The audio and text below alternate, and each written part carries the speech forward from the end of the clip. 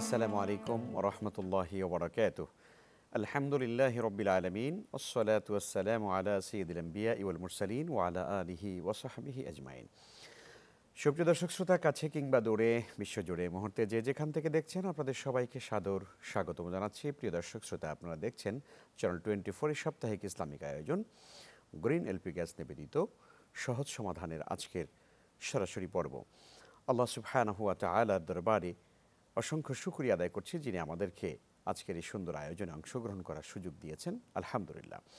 প্রিয় দর্শক শ্রোতা, আমরা আজকের এই পর্বে জীবন ঘনিষ্ঠ গুরুত্বপূর্ণ একটি প্রসঙ্গ রাসূল সাল্লাল্লাহু আলাইহি ওয়াসাল্লামের জীবন থেকে জানবার চেষ্টা করব। সেটি হচ্ছে রাসূলুল্লাহ সাল্লাল্লাহু আলাইহি ওয়াসাল্লামের প্রাত্যহিক আমল। প্রিয় দর্শক শ্রোতা, আমরা জানি রবিউল আউয়াল মাস চলছে। এই মাসটি আসলেই আমরা অধিক পরিমাণে রাসূল সাল্লাল্লাহু আলাইহি ওয়াসাল্লামের জীবন, তার কর্ম, তার সিরাত, তার সুরাত এবং তার সুন্নাহগুলো নিয়ে আমরা আলোচনা, পর্যালোচনা, সভা, সেমিনার, সিম্পোজিয়াম হয়ে থাকে।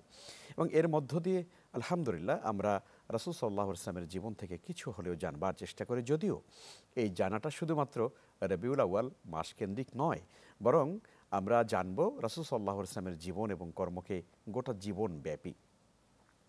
দর্শক শ্রোতা, আমরা রাসূল সাল্লাল্লাহু আলাইহি ওয়াসাল্লামের জীবনের প্রাত্যহিক যে ঘটনা বা তার আমল বা তার কর্ম বা তার সুন্নাত, এটা আমাদের জীবনের জন্য অত্যন্ত গুরুত্বপূর্ণ। দেখুন, আমরা যদি প্রতিদিন সত্যিকারই সুন্নাহসম্মত আমল করতে চাই, ভালো আমল করতে চাই, তাহলে আমাদেরকে জানতে হবে রাসূল সাল্লাল্লাহু আলাইহি ওয়াসাল্লাম কী করেছেন, কীভাবে করেছেন। তার দৈনন্দিন কাজগুলো, রাতে দিনে, সকাল সন্ধ্যায়, ৫ ওয়াক্ত সালাতের পরে, তার নিজের ঘরে, ঘরের বাহিরে, মসজিদে, যুদ্ধের ময়দানে, অন্য মানুষের সঙ্গে, সাক্ষাৎ প্রার্থীদের সঙ্গে, তুমি কার সঙ্গে কীভাবে তিনি মুআমালাত করতেন, আচরণ করতেন, সেই বিষয়গুলো আমাদের জানা একান্তই দরকার। আর মনে রাখতে হবে, রাসূল সাল্লাল্লাহু আলাইহি ওয়াসাল্লাম তিনি মানব জাতির জন্যে তিনি মডেল, তিনি উত্তম আদর্শ নিয়ে পৃথিবীতে এসেছেন। আল্লাহ সুবহানাহু ওয়া তাআলা কোরআন আল কারীমে তিনি ইরশাদ করেছেন, আউযু বিল্লাহি মিনাশ শাইতানির রাজীম, লাকাদ কানা লাকুম ফি রাসূলিল্লাহি উসওয়াতুন হাসানাহ। তোমাদের জন্যে রাসূল সাল্লাল্লাহু আলাইহি ওয়াসাল্লামের জীবনে রয়েছে উত্তম আদর্শ। আল্লাহ সুবহানাহু ওয়া তাআলা রাসূল সাল্লাল্লাহু আলাইহি ওয়াসাল্লামকে পৃথিবীর মানুষের জন্য, মানবতার জন্য উত্তম মডেল করে সৃষ্টি করেছেন, উত্তম আদর্শ দিয়ে তাকে পাঠিয়েছেন। আল্লাহ তাআলা কোরআনে কারীমে তার চরিত্র মাধুর্য সম্পর্কে বলেছেন, ইন্নাকা লা আলা খুলুকিন আযীম। হে নবী, নিশ্চয়ই আপনি মহান চরিত্রের উপরে অধিষ্ঠিত আছেন। দর্শক, সে কারণে আমাদের চলনে বলনে, ওঠায় বসায়, রাতে দিনে আমরা যত আমল করি, আমাদের প্রতিটি কাজ যেন আল্লাহ তাআলার বিধান, তার হুকুম এবং রাসূল সাল্লাল্লাহু আলাইহি ওয়াসাল্লামের সুন্নাহ মোতাবেক যেন হয়, সে ব্যাপারটিতে আমাদেরকে অবশ্যই খেয়াল রাখতে হবে। আমরা আমলের নামে যদি কোনো কিছু বানিয়ে করি, তাহলে সেটি আমাদের জন্য কখনোই কল্যাণকর নয়। রাসূল সাল্লাল্লাহু আলাইহি ওয়াসাল্লাম বলেছেন, মান আহদাসা ফি আমরিনা হাযা মা লাইসা মিনহু ফাহুয়া রাদ্দুন।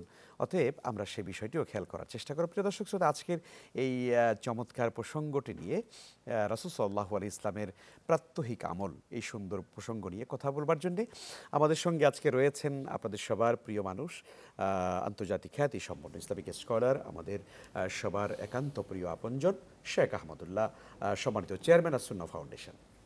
আসসালামু আলাইকুম। ওয়ালাইকুম আসসালাম। শেখ, কেমন আছেন? জি, আলহামদুলিল্লাহ ভাইজান। আলহামদুলিল্লাহ, আমরা আপনাকে স্বাগত জানাচ্ছি।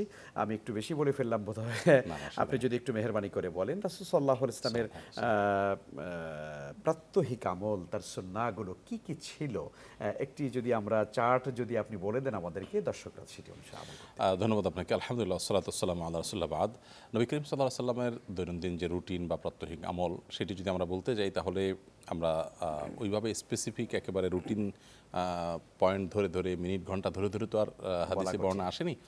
বাকি নবী সাল্লাল্লাহু আলাইহি ওয়াসাল্লামের পুরো জীবনের যে বর্ণনা আমরা তার সিরাতে, তার জীবনীতেই পাই, সেটিকে সামনে রাখলে দেখা যায় যে নবী করিম সাল্লাল্লাহু আলাইহি ওয়াসাল্লাম রাতে ভোরে ওঠার চেষ্টা করতেন। আমরা যেরকম আজকাল সকাল 7টা, 8টা, 9টায় অনেকে ঘুম থেকে উঠি, এটি নবী সাল্লাল্লাহু আলাইহি ওয়াসাল্লামের জীবনের আদর্শ ছিল না। এবং এটি আজও পৃথিবীতে যারা উন্নতির চরম শিখরে পৌঁছেছে, সেই পশ্চিমাদের কথা বলেন, জাপানিজদের কথা বলেন, কোরিয়ানদের কথা বলেন, আরও অন্যান্য যে সমস্ত উন্নত জাতি আছে পৃথিবীতে, তাদের কথা বলেন, দেখবেন যে তারাও জেনে হোক না জেনে হোক, বুঝে হোক না বুঝে হোক, তারাও নবী সাল্লাল্লাহু আলাইহি ওয়াসাল্লামের এই সুন্নাহটা তারা অনুসরণ করেন। অর্থাৎ তারা ভোর রাতে বা ভোরে ঘুম থেকে ওঠার চেষ্টা করেন। নবী সাল্লাল্লাহু আলাইহি ওয়াসাল্লাম কিন্তু ভোর রাতে ঘুম থেকে উঠতেন। তিনি ভোর রাতে ঘুম থেকে উঠে আল্লাহর সাথে একান্তে কথা বলতেন, তাহাজ্জুদের নামাজ আদায় করতেন, দোয়া করতেন। সারাদিন বান্দার আগের সারাদিনের যে গ্লানি, কষ্ট, দুঃখ, দুর্দশা এগুলো সব ঝেড়ে ফেলে ধুয়ে পরিষ্কার করার জন্য এটা একটা দারুণ সুযোগ ছিল। অর্থাৎ তাহাজ্জুদের সময় আমি দিনভর নানান কাজে পেরেশানি, শারীরিক ক্লান্ত, অবসাদ, নানান যে ঝক্কি ঝামেলা আছে এগুলো সবগুলো নিয়ে আমি ঘুমালাম। ঘুম থেকে উঠে ভোর রাতে আমি যখন উঠে আল্লাহর দরবারে পরিপূর্ণ ঘুম হয়েছে, তারপর যখন আল্লাহর দরবারে চোখের পানি ফেলে আমি সমস্ত অভিযোগ অনুযোগগুলো পেশ করলাম, তখন কিন্তু আমার নতুন দিন যেটা শুরু হবে সেটা অত্যন্ত রিফ্রেশমেন্টের সাথে শুরু হবে। আমার মনটা অনেকটা নির্ভার হবে। এটি কোনো আপনার কাল্পনিক কথা নয়। এটি যদি কেউ অভিজ্ঞতা অর্জন করতে চান তো খুব সহজ। আপনার যত মনে কষ্ট হোক, আপনি তাহাজ্জুদের সময় আধা ঘন্টা 1 ঘন্টা একটু একান্তে একটু কাঁদেন, কাউকে না শুনিয়ে আল্লাহকে শোনাচ্ছেন, কেউ শুনছে না, আল্লাহ একান্তে শুনছেন, করার পর আপনি দিনটা শুরু করবেন, দেখবেন আপনার সেই দিনটা হবে নির্ভার, সেদিনটা হবে অনেক ফ্রেশড, এবং সেদিনটা হবে অনেকটা রিফ্রেশড অবস্থাতেই। তো এটা নবী সাল্লাল্লাহু আলাইহি ওয়াসাল্লাম করতেন। এরপর ফজরের নামাজ আদায় করতেন সবাইকে নিয়ে। নামাজ আদায় করে সমাজের কার কী অবস্থা সব জানার চেষ্টা করতেন। দিনের শুরুটাই হতো একটা কল্যাণকর কাজ দিয়ে, গোটা সমাজের মানুষের কল্যাণ ভাবনা নিয়ে। আমরা আজকাল যেরকম উন্নতির চরম শিখরে পৌঁছেছি ঠিক আছে, কিন্তু সবাই সেলফিশ, প্রত্যেকে যার যার জায়গা থেকে যার যার স্বার্থ চিন্তা করেন, বিবেচনা করেন, আমি ভালো আছি কিনা, সমাজের কাউকে ক্ষতি না করলেই হলো। এই হলো এখন ভালো মানসিকতার সংজ্ঞা। নবী সাল্লাল্লাহু আলাইহি ওয়াসাল্লামের দিন শুরুই হতো যে তোমাদের কার কী অবস্থা আছে, কারো ভালো মন্দ অসুবিধা আছে কিনা, এগুলো খোঁজখবর তিনি নিতেন। সকালে একটা সময় আল্লাহ তাআলার ইবাদতবন্দেগী মাশগুল থাকতেন, জিকির আজকার করতেন, এরপরে শাকের নামাজ পড়তেন, কখনো চার্জ পড়ে তারপরে তিনি বাসায় ফেরত যেতেন। এবং দিনের যে কাজগুলো আছে উপার্জনের কাজ, কখনো বাজারে যেতেন, কেনাকাটা, ব্যবসা বাণিজ্যের কাজ, উপস্থিত ব্যবসা বাণিজ্য যেটা নগদ টাকা কিনে আবার সেটাকে লাভে বিক্রি করা, সেটি করে তারপর বাসায় চলে আসতেন। বাসায় এসে তিনি পরিবারের মহিলাদের কাজে, স্ত্রীদের কাজে তিনি সহযোগিতা করতেন। এবং বিভিন্ন হাদিস থেকে এটি উঠে আসে যে নবী সাল্লাল্লাহু আলাইহি ওয়াসাল্লাম কিন্তু ঘরোয়া কাজগুলোতে সামিল হয়ে যেতেন, একেবারে টুকটাক কাজগুলো করতেন, আর নিজের কাজগুলো যথাসম্ভব নিজে করার চেষ্টা করতেন। জুতা সেলাই করতেন, জামা সেলাই করতেন, এই কাজগুলো করতেন। আজকাল আমরা অনেকে দেখা যায় এত ব্যস্ত যে আমাদের আসলে এগুলো করার সময় না, পানিটা ঢেলে খাওয়ার সময় আমাদের হাতে নাই, কেউ ঢেলে দিলে দিল, না দিলে আমার খাওয়ার সময় নাই। তো এই যে অতি ব্যস্ততা, নবী সাল্লাল্লাহু আলাইহি ওয়াসাল্লাম গোটা বিশ্ব পরিবর্তনের দায়িত্ব নিয়ে এসেছেন, গোটা বিশ্বের জন্য রহমত হয়ে এসেছেন, গোটা বিশ্বের জঞ্জাল সাফ করতে এসেছেন এবং সেটা সাফ করে ছেড়েছেন। এত কিছুর পরও কিন্তু ঘরোয়া কাজে স্ত্রীদের সহযোগিতা করা, হাতের কাজগুলো নিজের কাজগুলো নিজে করা, এগুলো তিনি কিন্তু করেছেন। ঠিক এভাবে আবার জোহরের আগে একটা সময় তিনি একটু রেস্ট করতেন। এটা একটা গুরুত্বপূর্ণ বিষয় যেটাকে কাইলুলা বলা হয়, দুপুরে একটু ঘুমানো। এখন তো পৃথিবীর যে আপনার সিস্টেম দাঁড়িয়েছে সেটা হলো যে সকাল থেকে বিকাল পর্যন্ত মানুষ কাজ করে। সকালে লম্বা সময় মানুষ 9টা 10টা পর্যন্ত শুয়ে থাকে, আবার 8টা 7টা 8টা পর্যন্ত শুয়ে থাকে। এই শোয়াটাই নবী সাল্লাল্লাহু আলাইহি ওয়াসাল্লাম দুপুরে শুতেন, এবং দুপুরে এই শোয়াটা স্বাস্থ্যকর হওয়ার কারণে পৃথিবীর অনেক দেশে এটার প্র্যাকটিস শুরু হয়েছে। অফিস আদালতেই কয়েক মিনিটের জন্য 10-15-20 মিনিটের জন্য মানুষ আরাম করছে, রেস্ট করছে। এই প্র্যাকটিসটা পৃথিবীর অনেক দেশেই ইতিমধ্যে শুরু হয়েছে। তো নবী করিম সাল্লাল্লাহু আলাইহি ওয়াসাল্লাম যখন করতেন তখন হয়তো মানুষ, পৃথিবীবাসী বুঝে নাই এর বৈজ্ঞানিক উপকারিতা কী আছে না আছে। যাই হোক, একটু কায়লা করতেন দুপুরে, এরপরে যথারীতি জোহরের সালাত জামাতের সাথে আদায় করতেন এবং অন্যান্য কাজকাম থাকলে সেগুলোতে সামিল হতেন। বিকেলে কাজকাম সেরে তিনি মাগরিবের সালাত আদায় করে রাতের খাবার খেয়ে ফেলতেন। অর্থাৎ রাতের খাবার খাওয়ার ক্ষেত্রে কিন্তু নবী সাল্লাল্লাহু আলাইহি ওয়াসাল্লাম যথেষ্ট আর্লি খেতেন। এবং আপনি অবাক হবেন, পৃথিবীর যত উন্নত দেশ আছে সবাই এখন দেখবেন এই সুন্নাটা তারা পালন করে, জেনে হোক না জেনে হোক। 1450 বছর আগের পৃথিবীতে এটা তিনি করতেন। আর এখন সেটা বৈজ্ঞানিকভাবেও প্রমাণিত যে আর্লি আমরা যদি ডিনার করে ফেলি তাহলে আমাদের ডাইজেস্ট হতে সহজ হয়, আমাদের শরীরে অতিরিক্ত মেদ ভুঁড়ি জমবে না, আমাদের নানা দিক থেকে উপকারিতা আসে। আমরা অনেক দেশে জানি যে আলো থাকতে থাকতে দিনের খেয়ে ফেলে তারা, অনেক দেশে আছে সূর্য ডোবার পরপর তারা খেয়ে ফেলে। নবী সাল্লাল্লাহু আলাইহি ওয়াসাল্লাম সন্ধ্যা হওয়ার পরপরই খেতেন, এবং এটা স্বাস্থ্যকর। খাওয়ার পর এশার সালাতের জন্য মসজিদে যাওয়া, আবার বাসায় ফেরা, এই যে আসা যাওয়া, এর মধ্যে ডাইজেস্ট হয়ে যেত। এশার নামাজের পরপর তিনি শুয়ে পড়তেন। এই প্র্যাকটিসটাও পৃথিবীর সমস্ত উন্নত দেশগুলোতে কম বেশি আছে। আপনি ইউরোপে, আমেরিকাতে, জাপানে, কোরিয়াতে, থাইল্যান্ডে, বিভিন্ন জায়গায় যে আপনি নিজে অনেক দেশে গিয়েছেন, দেখবেন যে সন্ধ্যার পরপর কিন্তু শহরগুলো আস্তে নিস্তব্ধ হয়ে যায় এবং শহরগুলো আস্তে আস্তে খালি হয়ে যায়। মার্কেটগুলো, শপিং মলগুলো 7টা 8টা পরে আস্তে আস্তে খালি হতে শুরু করে। আর আমাদের দেশে, শুধু আমাদের দেশকে আমি দোষ দিব না, আরব দেশগুলোর কথা বলি, মানে মুসলিম দেশগুলো, দুঃখজনক যে আমাদের নেতা, আমাদের আদর্শ, মহানবী সাল্লাল্লাহু আলাইহি ওয়াসাল্লামের আদর্শ অমুসলিমরা ধারণ করে আছে, জেনে হোক না জেনে হোক। আর আমাদের মুসলমানদের, শুধু বাংলাদেশ না, আপনি যত মুসলিম কান্ট্রি আছে, অবাক করা বিষয়, সমস্ত মুসলিম কান্ট্রিগুলোর প্র্যাকটিস অলমোস্ট এক, যে আমাদের সন্ধ্যার পর রাত 8টা 9টার দিকে মনে হয় দিন শুরু হলো, আড্ডা শুরু। আমরা এসে টিভির রিমোট দিয়ে বসে জম্পেশ আড্ডা, আমাদের টেলিভিশনের সবচেয়ে পপুলার প্রোগ্রামগুলো সব 8টা 9টা 10টা এই টাইমগুলোতে হয়। তার মানে 11টা 12টা আগে শোয়ার কথা আমরা কল্পনা করতে পারি না। আমাদের সবচেয়ে পিক জ্যামের সময় ঢাকা শহরের অফিস টাইমের চেয়ে বেশি পিক জ্যামের সময় হলো সন্ধ্যার পর থেকে শুরু হয় এবং সেটা রাত 9টা 10টা পর্যন্ত চলতে থাকে। তো নবী করিম সাল্লাল্লাহু আলাইহি ওয়াসাল্লামের সুন্নাহ বিরোধী এই লাইফস্টাইল এটা পরিহার করা ছাড়া আমাদের না জাগতিক উন্নতি হবে না পারলৌকিক উন্নতি হবে। শুধুমাত্র এখানে নয়, নবী সাল্লাল্লাহু আলাইহি ওয়াসাল্লামের জীবনের প্রত্যেকটা আদর্শ, প্রতিটা সুন্নাহ এটার অনুসরণের মধ্যেই কল্যাণ। কেউ বুঝে অনুসরণ করুক, কেউ না বুঝে অনুসরণ করুক, উপকারিতা সে পাবেই। অনেক ধন্যবাদ। আপনি সুন্দর করে একটা সারাদিনের একটা চার্ট বলেছেন। আমরা যদি আরেকটা গুরুত্বপূর্ণ দিক নেই, রাসূল সাল্লাল্লাহু আলাইহি ওয়াসাল্লামের প্রাত্যহিক যে খাবার গ্রহণের যে সুন্নাহ পদ্ধতিটা ছিল, সেটির ক্ষেত্রে বোধহয় আমরা মুসলিমরাও বোধহয় আপনি যেমনটা একটু আগেও বললেন যে আমরা বোধহয় অনেক পিছনে আছি। কিভাবে খেতেন, কতটুকুন খেতেন, সে ব্যাপারগুলো। ধন্যবাদ। খুবই সুন্দর একটা বিষয়। নবী করিম সাল্লাল্লাহু আলাইহি ওয়াসাল্লামের খাদ্যাভ্যাস বা খাবার ক্ষেত্রে তার যে লাইফস্টাইল ছিল, প্রথমত তিনি স্বাস্থ্যসম্মত খাবার খেতেন, অস্বাস্থ্যকর খাবার খেতেন না। দ্বিতীয়ত খাবারের দোষ তিনি ধরতেন না।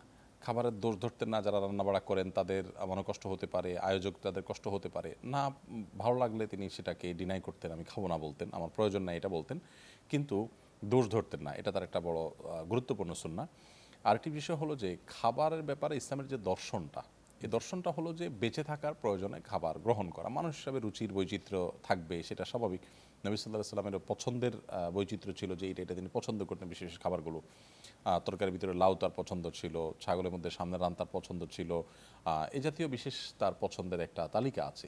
মানুষ হিসাবে আমাদের সবারই সেটা থাকতে পারে আলাদা আলাদা করে। কিন্তু এখন দুইটা দর্শন আমরা দেখতে পাচ্ছি। একটা হলো খাওয়া দাওয়ার ফুর্তি করো, আগামীকাল বাঁচবা কিনা বলতে পারো, অতএব যা খুশি তা খাও, এটা ট্রাই করলাম, ওইটা ট্রাই করলাম, এইভাবে ট্রাই করলাম, ওইভাবে ট্রাই করলাম, মানে খাবার জন্যই বেঁচে থাকা। অতএব যতভাবে খাওয়া যায়, যত আইটেম করা যায়, এটা এক ধরনের উন্মাদনা আমাদের মধ্যে আছে।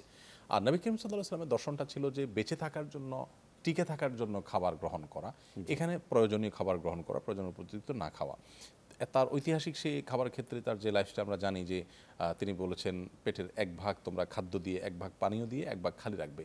আমি এখানে পানীয়টা মিলাতে পারছিলাম না, যে খাদ্যটা বুঝলাম, পানীয় এক ভাগ কীভাবে ভরবে। তো এখন দেখি যখন মানুষ, ডাক্তাররা বা গবেষকরা বলতে থাকেন আমাদেরকে যে আপনাদের প্রচুর পরিমাণ ইয়ে খাওয়া উচিত, আপনার শশা, টমেটো জাতীয়, সালাদ জাতীয়, সবজি জাতীয় জিনিস, তো এগুলো তো পানসে আসলে দিন শেষে, মানে পানি জাতীয় এগুলো। তো আমরা যদি সলিড খাই 3 ভাগের 1 ভাগ খাদ্য, আর যদি 3 ভাগের 1 ভাগ আমরা পানি জাতীয় খাদ্য গ্রহণ করি এবং পানি খাই, আর 1 ভাগকে তিনি খালি রাখতে বলেছেন। তো আমাকে একবার এক ডাক্তার সম্ভবত তার সূত্রে বলছিলেন যে আমাদের 2 কোষকে এইভাবে একত্র করলে যে পরিমাণ খাবার ধরবে, এইটা আসলে আমাদের স্টমাকের যে রিয়েল সাইজ তার 3 ভাগের 1 ভাগ। আর যদি আপনি ওটাকে ফুলাইতে চান, ওটা তো রবারের মতো, যত দিবেন ততই ফুলতে থাকবে, সেক্ষেত্রে 3 ভাগের 1 ভাগের কোনো শেষ নেই। বাকি রিয়েল যে 3 ভাগের 1 ভাগ যেটুকু আছে সেটা ফুলা ছাড়া, সেটা এই 2 কোষ করলে যতটুকু হয় সেটা নাকি 3 ভাগের 1 ভাগ। তাহলে এতটুকু ভাত আমাদের, এতটুকু তরকারি বা অন্যান্য জিনিস, আর এতটুকু খালি রাখা। তো নবী সাল্লাল্লাহু আলাইহি ওয়াসাল্লামের এই সুন্নাহটার আমলও কিন্তু এখন শুরু হয়ে গেছে। মানুষ ঠেলায় পড়ে হোক আর নিজের স্বাস্থ্য ভালো রাখার জন্য এটা শুরু করছে, কিন্তু খাওয়া শুরু করছে। এখন কিন্তু ডাক্তাররাও বলতেছে না একটু খানা কন্ট্রোল করেন, আমরাও খানা কন্ট্রোল করতেছি। তো নবী করিম সাল্লাল্লাহু আলাইহি ওয়াসাল্লামের খাদ্যের ক্ষেত্রেও লাইফস্টাইলেই আমাদেরকে শেষ পর্যন্ত 1450 বছর পর হলেও ফিরে আসতে হচ্ছে। আমরা আসছি ইনশাআল্লাহ তাআলা আপনার কাছে। আবার একজন দর্শক আছেন আমাদের সঙ্গে। আসসালামু আলাইকুম দর্শক, আপনার পরিচয় দিয়ে প্রশ্ন করুন। জি, আমি ওয়াহিদুল হক, ঢাকা থেকে। জি বলুন। আমার প্রশ্নটা ছিল, খুব পরিষ্কার করে বলছি না, যে ওই যে সকালে ঘুমের ব্যাপারে বিভিন্ন রকম কথাবার্তা শোনা যাচ্ছে। আমি আসলে যেটা নিজের ব্যাপারে বলছি সেটা হলো তাহাজ্জুদ নামাজ পড়ে, ফজরের নামাজ পড়ে, এরপরে আসলে কোনোভাবেই একটু না ঘুমিয়ে পারা যায় না। বুঝতে পেরেছি। আমি আসলে হুজুরের থেকে জানতে চাইছি সকালের ঘুমের ব্যাপারটা। অনেক ধন্যবাদ, অনেক ধন্যবাদ। শেখ, আমরা একটা বিরতির পরে আসছি আপনার কাছে। প্রিয় দর্শক, সময় হয়ে গেছে একটি বিরতির, ফিরছে কিছুক্ষণের মধ্যে ইনশাআল্লাহ তাআলা। থাকুন আমাদের সঙ্গে।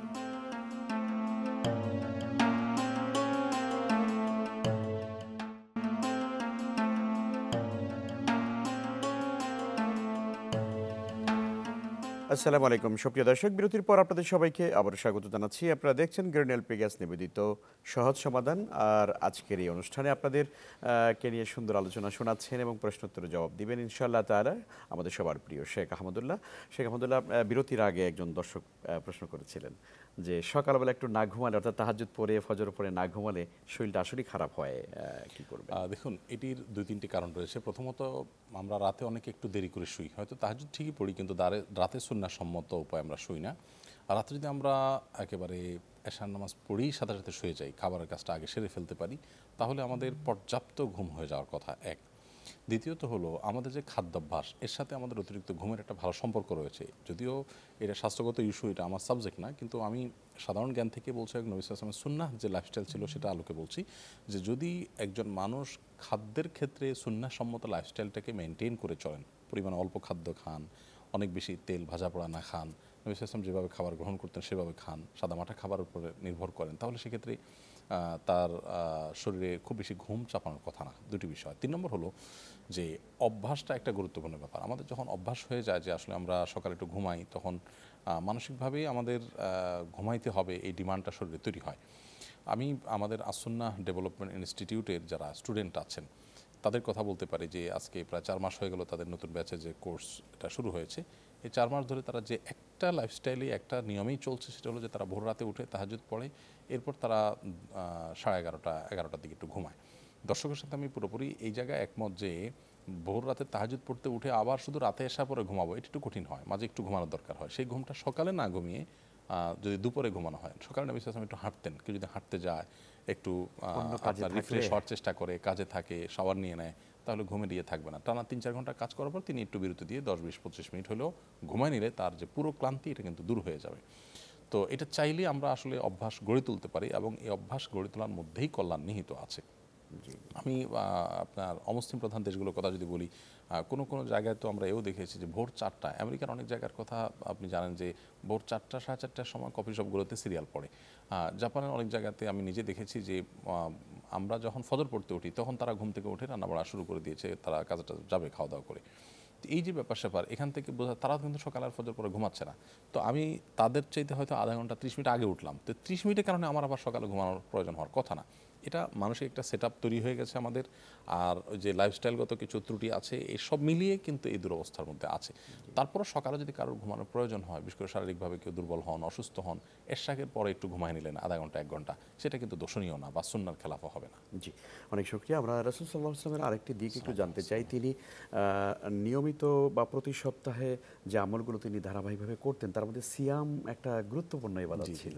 এটার আসলে কি উপকারিতা রয়েছে যদি নবী সাল্লাল্লাহু আলাইহি ওয়াসাল্লামের সাপ্তাহিক আমলগুলোর মধ্যে ছিল সোমবার এবং বৃহস্পতিবার 2 দিন সিয়াম পালন করা।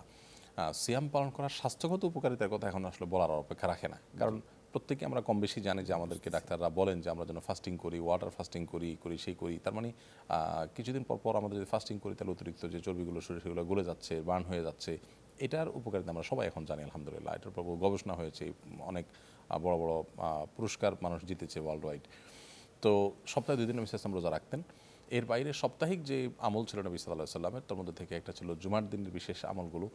জুমার দিনের বিশেষ দুরূদ পাঠ করা, এটা সাপ্তাহিক আমল ছিল। জুমার দিনে সূরা কাহফ তেলাওয়াত করা সাপ্তাহিক আমল ছিল। একটা বিশেষ সময় দোয়া কবুল হওয়া, জুমার নামাজ জন্য বিশেষ গুরুত্ব নেওয়া, এগুলো সবগুলো নবী সাল্লাল্লাহু আলাইহি ওয়াসাল্লামের সাপ্তাহিক আমল ছিল। তো এর বাইরে নবী করিম সাল্লাল্লাহু আলাইহি ওয়াসাল্লাম প্রতি সপ্তাহে জুমার দিন ফজরের নামাজে একটু দীর্ঘ কেরাতে নামাজ পড়তেন, ফজর নামাজটাকে বিশেষ গুরুত্ব দিয়ে পড়তেন। জুমার দিন ছিল অনেকটা রিচার্জের মতো, যে পাওয়ার রিচার্জ করে সেটা দিয়ে সারা সপ্তাহ বাকি যে 6টা দিন আছে সেই 6টা দিন মানুষ ঈমানের আলোতে আলোকিত থেকে তিনি চলতে পারেন, তার জন্য নানামুখী উদ্যোগ নবী সাল্লাল্লাহু আলাইহি ওয়াসাল্লাম নিতেন। তো এই যে থেকে রোজা রাখা, এটা শুধু সাপ্তাহিক আমল না, মাসিক আমলের মধ্যে আমরা জানি যে নবী সাল্লাল্লাহু আলাইহি ওয়াসাল্লাম মাসে 3 দিন রোজা রাখতেন। প্রত্যেক চান্দ্র মাসে 13, 14, 15 এই দিনগুলো তিনি রোজা রাখতেন। অনেক রুকিয়া বিশেষজ্ঞগণ বলেন যে যারা সেহের বা ব্ল্যাক ম্যাজিক দ্বারা এফেক্টেড হয়ে থাকে, এই 3 দিন রোজা রাখলে সাধারণত তারা সেফ থাকে। এই 3 দিনেই সাধারণত বেশিরভাগ সেহেরগুলো হয়ে থাকে। তো আল্লাহ তাআলা হেফাজত রাখেন এই 3 দিন রোজা রাখার মাধ্যমে। এর বাইরে নবী করিম সাল্লাল্লাহু আলাইহি ওয়াসাল্লাম এই যে মাসে 3টা দিন রোজা রাখতেন, এখন অনেক ডাক্তার বলেন যে একটা মাসে একটা সময় আমাদের ফাস্টিং করা উচিত। তাহলে মাসিক রোজা আছে, বার্ষিক রোজা আছে, সাপ্তাহিক রোজা আছে, অর্থাৎ এই সিয়াম পালনের বিষয়টা নানা ফরম্যাটে কিন্তু আছে। নবী সাল্লাল্লাহু আলাইহি ওয়াসাল্লাম থেকে সবগুলো কিন্তু আদায় করতেন এবং মেনে চলতেন। অনেক ধন্যবাদ। আমাদের হাতে সময় নেই, শুনলে আরও ভালো লাগতো। আপনাকে অনেক শুকরিয়া। জাযাকাল্লাহ খাইর। সুপ্রিয় দর্শক শ্রোতা, এই ছিল আমাদের আজকের আয়োজন। ইনশাআল্লাহ তাআলা আগামী পর্বে আবারও নতুন কোনো প্রসঙ্গ নিয়ে দেখা হবে। আল্লাহ তাআলা আমাদের সবাইকে ভালো রাখুন, সুস্থ রাখুন, নিরাপদে রাখুন। আল্লাহ হাফেজ। আসসালামু আলাইকুম ওয়া রাহমাতুল্লাহি।